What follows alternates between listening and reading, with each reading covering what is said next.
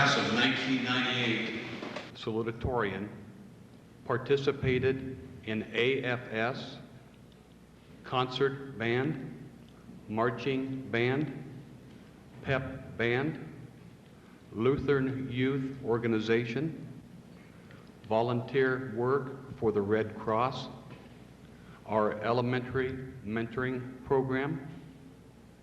He has received the Student Excellence Award at Iowa Valley, the Tandy Technology Scholar for outstanding math, science, and computer science. He was a candidate for the Presidential Scholar Award. He has been selected into Who's Who amongst high school students. He has received the highest academic award that a graduating senior in the state of Iowa can receive, that being the State of Iowa Scholar. He has also received the highest academic honor nationally that a graduating senior can receive, that being the National Merit Scholar. This year's class, the class of 1998's salutatorian, will graduate with a 3.96 out of 4.0. It is my pleasure to introduce Mr. Bradley Hodeke.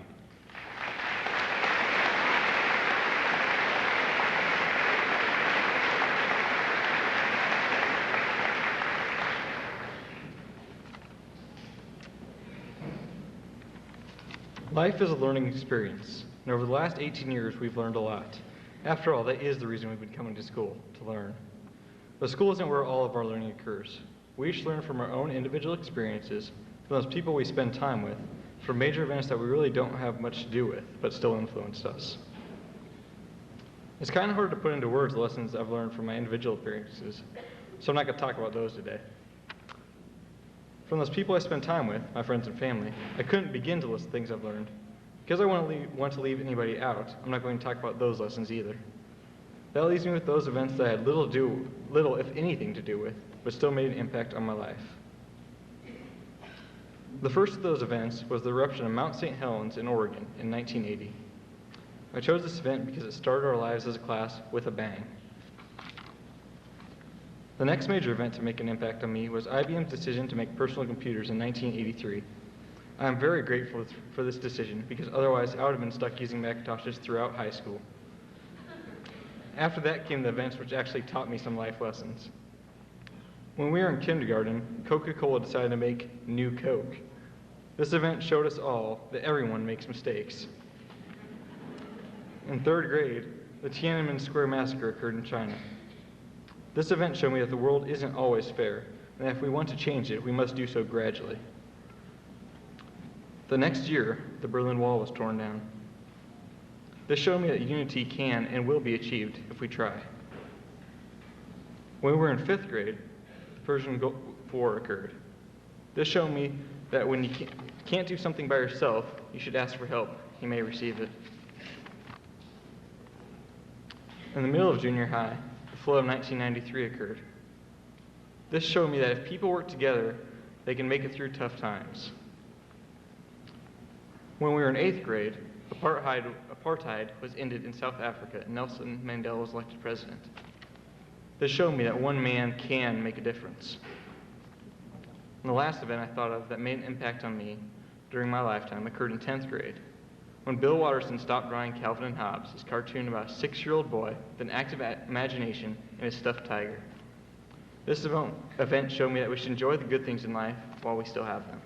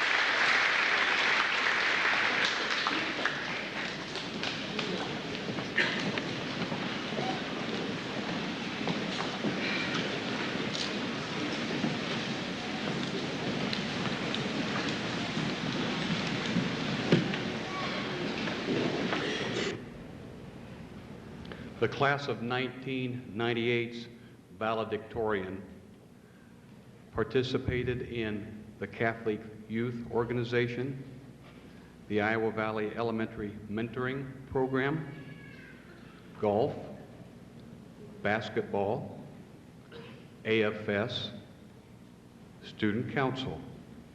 He has received the following: the Iowa Valley Academic Excellence Award. He received the United States Achievement Academy National English Merit Award. He received the United States Achievement Academy National Leadership and Service Award. He has been selected to the South Iowa Cedar League Golf and Basketball All-Academic Team.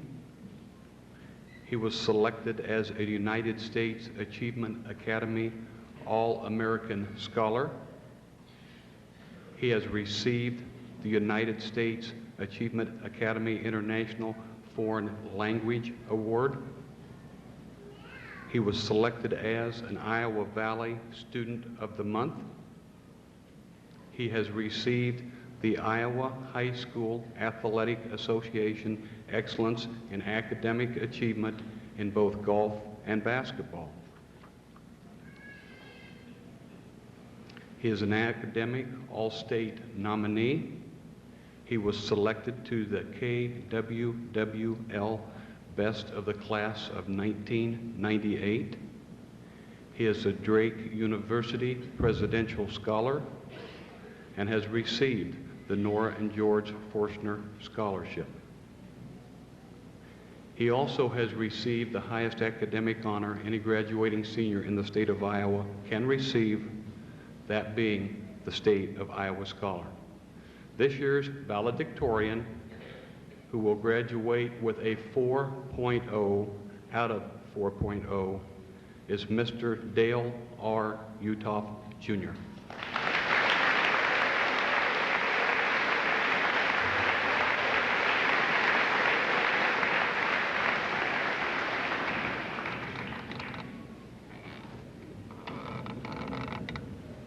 Thank you, Dr. Doherty, for the kind introduction.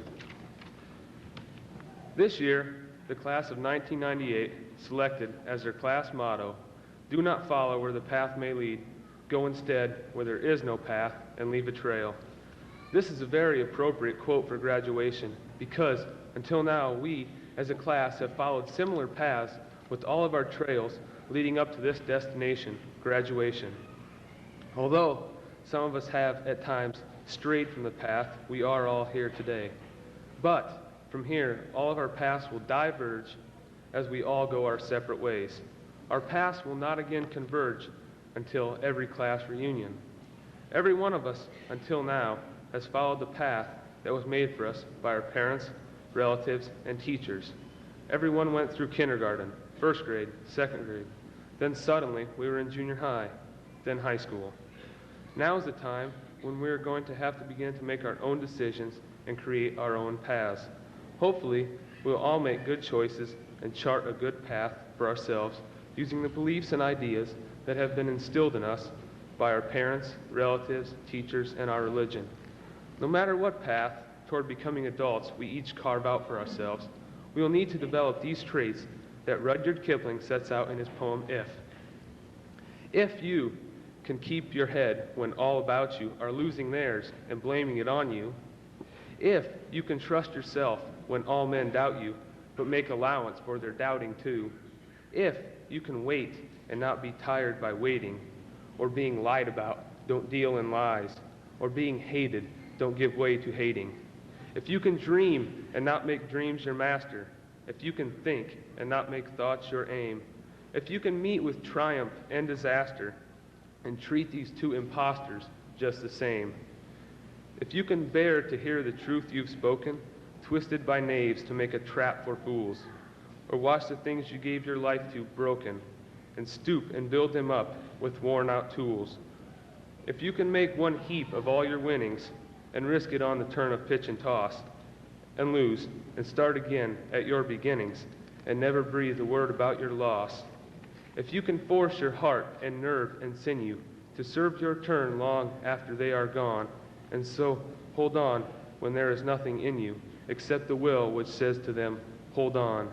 If you can talk with crowds and keep your virtue, or walk with kings nor lose the common touch, if neither foes nor loving friends can hurt you, if all men count with you, but none too much, if you can fill the unforgiving minute with 60 seconds worth of distance run, yours is the earth and everything that's in it, and which is more, you'll be a man, my son. While Kipling addresses his poem to his son, the qualities he lists apply to both males and females. Keeping in mind the qualities Kipling sets forth in his poem, do not follow where the path leads, but go instead where there is no path and leave your own unique trail. Thank you.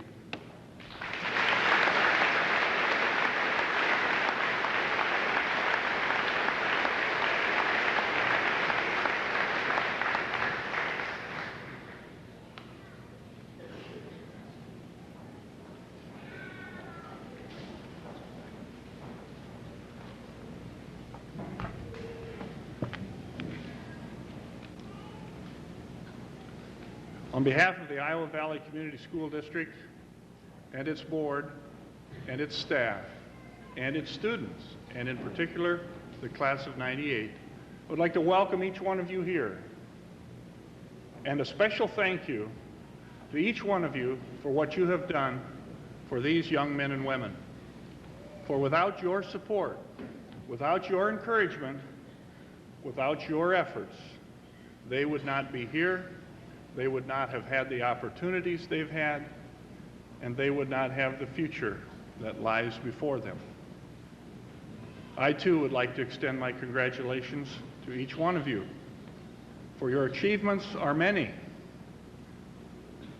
Your opportunities are endless. Today, our graduation and commencement speaker comes to us from Minneapolis, Minnesota. We won't hold that against him. We'll reserve judgment until he's finished.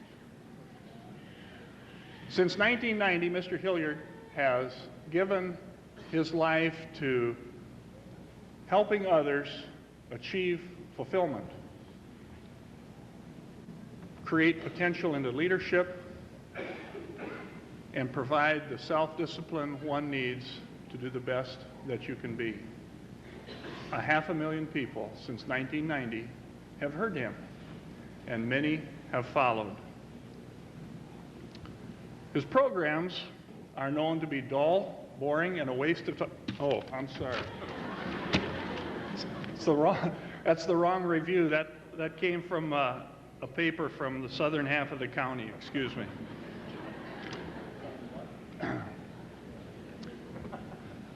We'll reserve judgment to see how upbeat, fun, and educational his programs are. But our class has experienced him on a couple of different occasions and in fact requested that he return. So I have much confidence in their judgment that he will indeed give us an upbeat, fun, and educational program. His talk today is entitled, An Invitation to Success, RSVP Required. It is my pleasure to introduce to you Mr. Craig Hilliard. Craig?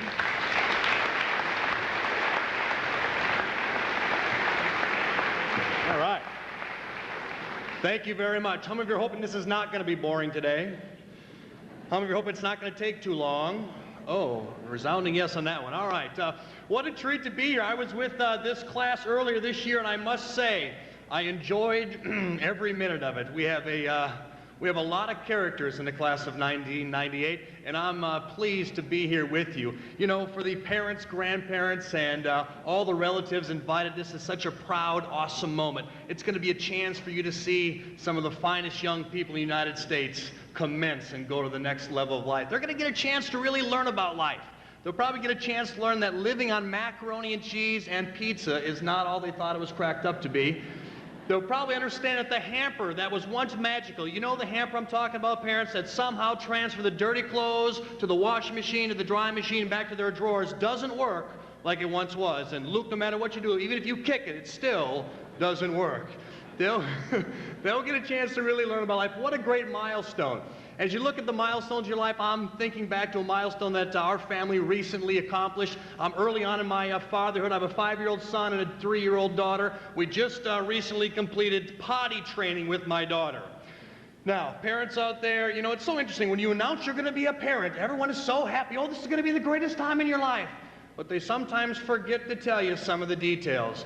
Now, to say, I see a grandmother here going, yes, I've been there, all right? To say that my daughter was unmotivated to use the big girl's chair would be a gross understatement.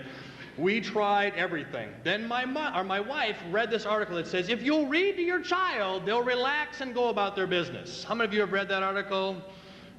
We read it, but we didn't try it. All right, well, we were dumb enough to try it. I guess I owe that to the state of Minnesota here. And so we would read anything we could get our hands on with little result. But then finally, we found the book that got the results we were looking for. Now, the book that created the most results is this little book called Green Eggs and Ham. How many of you have read this book a couple of thousand times? Yes, so I'm sitting there one day reading to my daughter, you know, I am Sam, Sam I am, I do not like that Sam I am, and I'm wondering, I mean, have other fathers across the United States ever had to go through this exact same ritual? And if they have, I mean, what would that be like? I mean, did a guy like Ross Perot ever have to do this? You see, here's the deal. I do not like those green eggs and ham, Sam. I do not like them, Sam, I am. I mean, did that happen? Did Arnold Schwarzenegger say, I do not like those green eggs and ham, bring me something else? Was it Sylvester Stallone that was like, yeah, absolutely, all right? Or did my friend Forrest Gump, you know, teach little Forrest this? I mean, it was like, you know, I just do not like those green eggs and ham. I do not like them here, I do not like them there, I do not like them anywhere, but I do like Jenny, all right? I mean,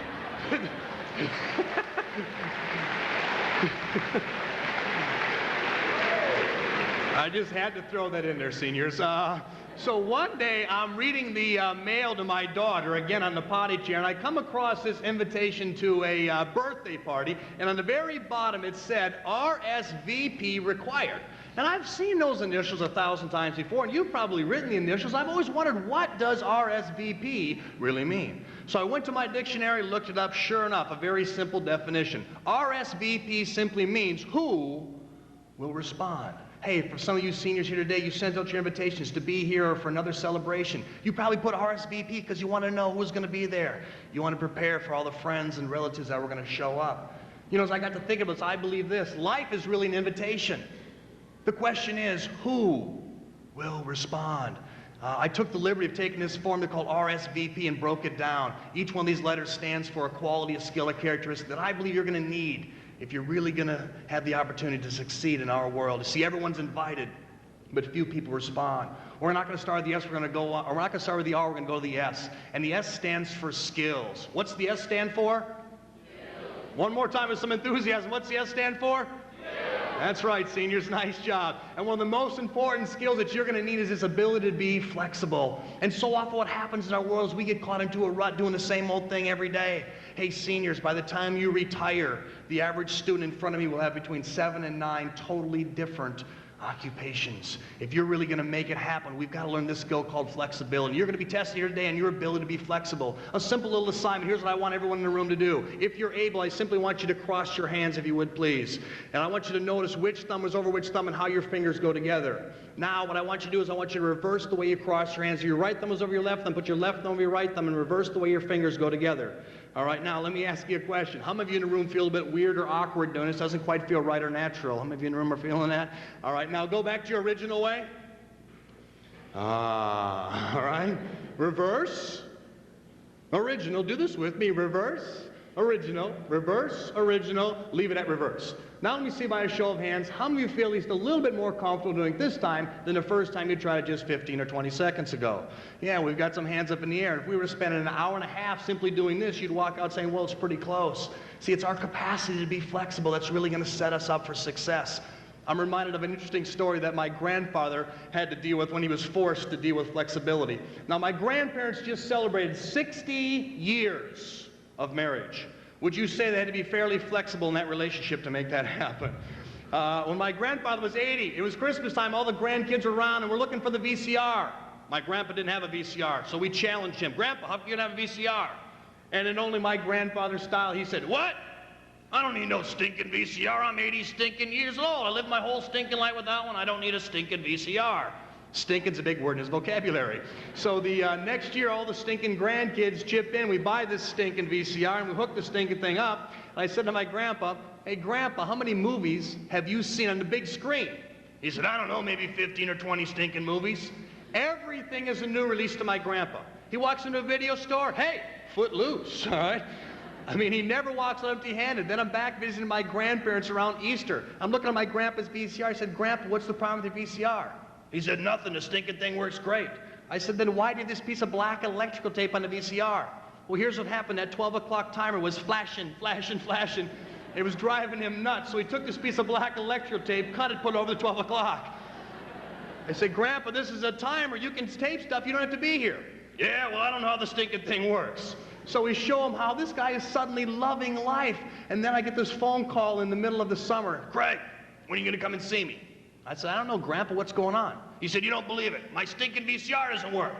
I said, what happened? Well, here's what happened. There was a big storm in his town and knocked out his electricity. When the electricity came back on, the 12 o'clock timer was flashing, flashing, flashing. I said, Grandpa, why don't you fix it? He said, well, I don't know how. Walked him through it. At the end of the conversation, he went from a guy who didn't need it to a guy who can't live without it. Hey, aren't you and I sometimes the same way? The ability to be flexible. Here's a question. How many of you in here, if you lose the remote control for the TV, are going bananas? Some of you in here are like that? How many of you in here are so lazy you'll just watch whatever's on if you don't have the remote? All right, Dukes of Hazzard. Let's go. What's going to happen today? Hey, don't be cutting down the Dukes. That's a good show, all right? That's right, Luke. Sorry about that. But it's our ability to be flexible. Now, am I going to stand here in front of you, class of 98, and say that everything that comes down the pike is going to be great? No. Check this out. Let's talk about CD-ROM for a second. How many of you in the room got a chance to work with CD-ROM on a computer? Yeah, almost everyone. A sixth grade teacher in Lincoln, Nebraska shares this with me. She told all of her sixth graders, go down to the library and do a 6-page report on tigers. Check this out. 25 sixth graders go down to the library, pop this thing up on CD-ROM, they come back, every student handed the exact same report. They found it on CD-ROM, it was 6 pages printed up, and they put their names on it. Now you can tell they were in 6th grade, because by the time you get to be a senior, you're like, hey, you gotta change a few words around here and there. I mean, at least add one more source, come on, right? There they go. Yeah, is change always good? No. Here's one that seniors, you're probably glad you don't have to deal with. There's this new company out there. It's called the Davis Company. They've got this invention. One piece goes inside of a car, any car. The other is a computer monitor. Check this out. The person that's got the monitor can look at it and see how far away the car is from the computer monitor, the top speed from the last 10 trips, and when the car was started and turned off, again in the last 10 trips. How many of you parents can't wait to get one of these? How many of you students hope your parents never get one of these? Now, talk about being flexible. I was in Indiana. I shared this story. And this kid, he says, hey, no problem. If my parents ever got that thing, if I'm 15 miles outside of town and my curfew hits, I'll just turn the car off and I'll push it the rest of the way home. It's like, there's always a way, but hey, we've got to have the S, we've got to be skillful, and we've got to be flexible. The V can be demonstrated by a man that we all know. His name is Walt Disney. Walt Disney in the early 50s was somebody who had a dream, a goal, a vision to create the ultimate family recreation. At the time, he was broke, okay? And he moves out to Hollywood with $40, a suitcase, and some drawing utensils. He started off as a cartoonist, and when he shared his vision of being somebody that would own an amusement park, everyone scoffed. Seniors, listen carefully. There'll be times when you get out there and you say, this is what I'm going to do. And people say, yeah, right. But Walt Disney wouldn't listen. He went out, and all he had to do was raise $16.5 million to make it happen. That's it. Okay, he had $500,000. Well, when you have a vision that's so strong, people will start to buy into it. And his first year, while everyone doubted him, that little company called Disney made $10 million. But that's not where the story ends, it's where the story begins. The challenge was Walt had all these third-rate hotels and restaurants coming in. He didn't like it. So he sets his sight on Disney World in Florida, 28,000-acre facility. Unfortunately, Walt Disney died. And when the gates opened for the very first day, a reporter asked Walt's wife, boy, it's just too bad that Walt couldn't be here to see this. In this very defining moment, Walt's widow looked at the reporter and said, "You don't get it, sir. He saw it all before the first shovel ever hit the ground." The question is, class of 98, when you get out there and people challenge your vision, how will you respond? Will you face it and go head on and make it happen, or quit when a couple people doubt you? If we're going to make it, we have to have the skills, but then the vision's got to be behind it. Now let's go on to the P. I'm trying to go as fast as I can here. I see the graduation fans going, "Yeah, bring it on, big boy." All right. The P stands for principal. You know, I was reading about one of your classmates. Although they didn't graduate from this school, they graduated from a town in northern Minnesota. It was a week ago Saturday. These two young men, Nick and Lars, were closing up the gas station that they work in. And this woman with 4 kids in a car came to a sputtering halt in their gas station.